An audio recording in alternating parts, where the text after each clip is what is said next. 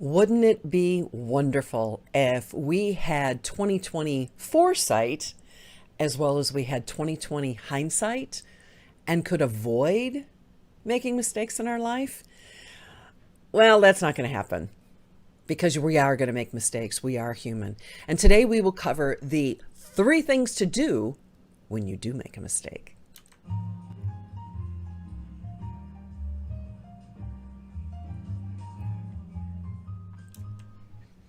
Good morning and welcome to Coffee with Colleen. If this is your first time joining us, my name is Colleen Hammond. I'm a former on-camera meteorologist for the Weather Channel, turned executive image consultant, right now during the pandemic, a virtual stylist, and I love to teach women how to be beautiful from the inside out.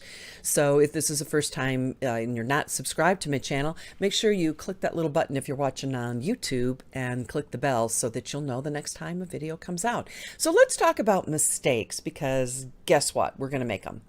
And to think you'll never make a mistake is not only unrealistic, it's not very wise either, because once you make a mistake, out of those mistakes are what comes learning and accomplishments, and it can be a springboard to your success if you do it properly, if you embrace it and do these things properly. You know, Thomas Edison is quoted as working with one of his apprentices and saying, this kid tried something, 900 times and came to him and said, this isn't going to work. This whole project's invalid and it's a waste of time. And Edison was quick to tell him it's not a waste of time. You know now more about this project than anybody else on the planet because of all the experiments that you've done. So you've been educated in what does not work.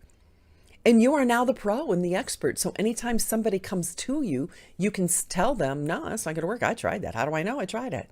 You are now the world's expert. Get back in there and make sure you keep going until you find out what does work. So he's credited with the, try something 9,999 times, keep going, because it's the 10,000th time you try something that is when you figure it out and hit success.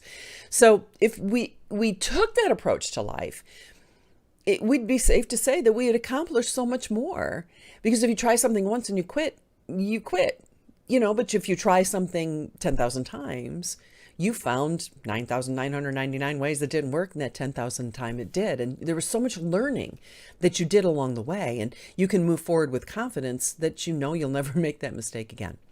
So what are the three things to do when you do make a mistake? Number one is reframing it in your head that it's a learning experience. Don't let it depress you or discourage you, and don't let it limit your futures, because it doesn't mean you failed. You failed in action. You were not a failure as a human being. You made a mistake. That was an event, not who you are. So think about that. I made a mistake on, we'll say, the exam. And because of those mistakes, I failed the exam. I'm a failure. Is that your thought process? Or I made several mistakes on the exam. I failed the exam. Problem solving. I need to talk to the professor and make sure that that doesn't happen again. I need a plan. I need to learn something from this. So you see the difference. It's like the first two are the same. I've made mistakes on the exam. I failed the exam. But do you quit, or do you make a plan and use it as a learning experience and move forward? So think about the last time you failed at something. What did you do? How did you look at it? Did you keep going, or did you just quit and move on to and just do something else? Or did you keep driving forward on that one issue? Number two, and this takes courage. Admit you were wrong. It's a sign of emotional maturity, emotional intelligence, to humble yourself and just say you were wrong. Because when people are unwilling to accept their portion of the blame in a situation, it's a sure sign of low emotional intelligence, and you need to reassess that relationship. Set your boundaries if that's something you don't want to move forward to, because being that way in your own life is going to limit your progress. But having people like that in your life, they're like crabs that pull you back into the pot, right? If you take a pot of cold water and put the crabs in it and slowly increase the heat, the crabs will die. But if you start, and then one tries to crawl out, what happens? Other crabs will grab them and pull them back in. Well, you're trying to crawl out of the pot and you've got all these negative Nellies around you pulling you back into the pot. Set your boundaries and get those type of people out of your life. So when something happens and you are confronted with the fact that you made a mistake, what's your gut instinct? First thing that you do? Do you look for someone or something else to blame? Do you blame yourself? Do you just not think about it? I'm just not going to think about it anymore. Or do you use other escape means like overspending or overeating, a substance abuse, binge watching TV, playing video games, and Candy Crush on your phone, whatever. So think back to a time you made a mistake. What was your first gut response? But then what you actually did?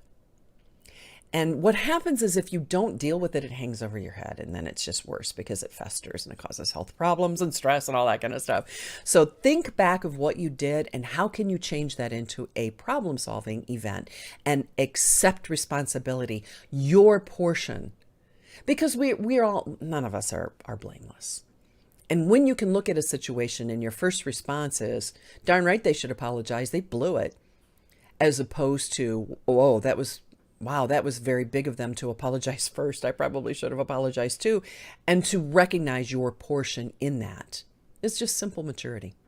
So learning to admit your mistakes. Number 3, know that only when you ignore something or use these avoidance techniques, that's when things go bad. That's really a bad negative thing. So when you confront the mistake, you can take advantage of the fact that you can turn it into a positive. And I mean, come on, let's be real. It's natural to want to avoid mistakes and to avoid the responsibility, but avoidance and denial just leads to more suffering. So it's not going to help you process the experience either, and you don't learn from it. But so confront these things head on, shoulder squared, and go right into it. Admit your responsibility and deal with it. And keep your sense of humor. You know, mistakes are not the end of the world. Think of all the other things you've survived. You are a survivor. Think of all the other things that you've survived and laugh in the face of adversity. Learning to laugh is extremely important. And of course, I've told you this before, but taking a pen and putting it in your mouth for 2 minutes, it forces your cheeks up and they force little glands that are in your face to help you release endorphins to make you a happier person. So if you're having a hard time laughing on your own, go ahead and stick a pen in your mouth like that when you're emptying the dishwasher or you're doing something else. I don't know, you have a waterproof pen, do it in the shower. And that will help you laugh more and laugh in the face of adversity, because mistakes are a part of life. So mistakes ought not to halt your momentum. They should help you figure out a better path. So I hope those tips were helpful for you. Again, make sure that you subscribe to our channel and look for those links in the show notes. Do you agree with me? Disagree? Make a comment below. Let me know what you think. And if you are a member of the Cafe Club, you will find the notes for this show inside your membership. And if you're not a member of the Cafe Club, make sure that you take a look at the Cafe Club page that's linked in the bottom of the show notes, and it will tell you all about how to become an inside member and join us inside the cafe. All right, take care. We'll see you next time. Thanks for joining us. And again, let me know what you thought. Bye-bye.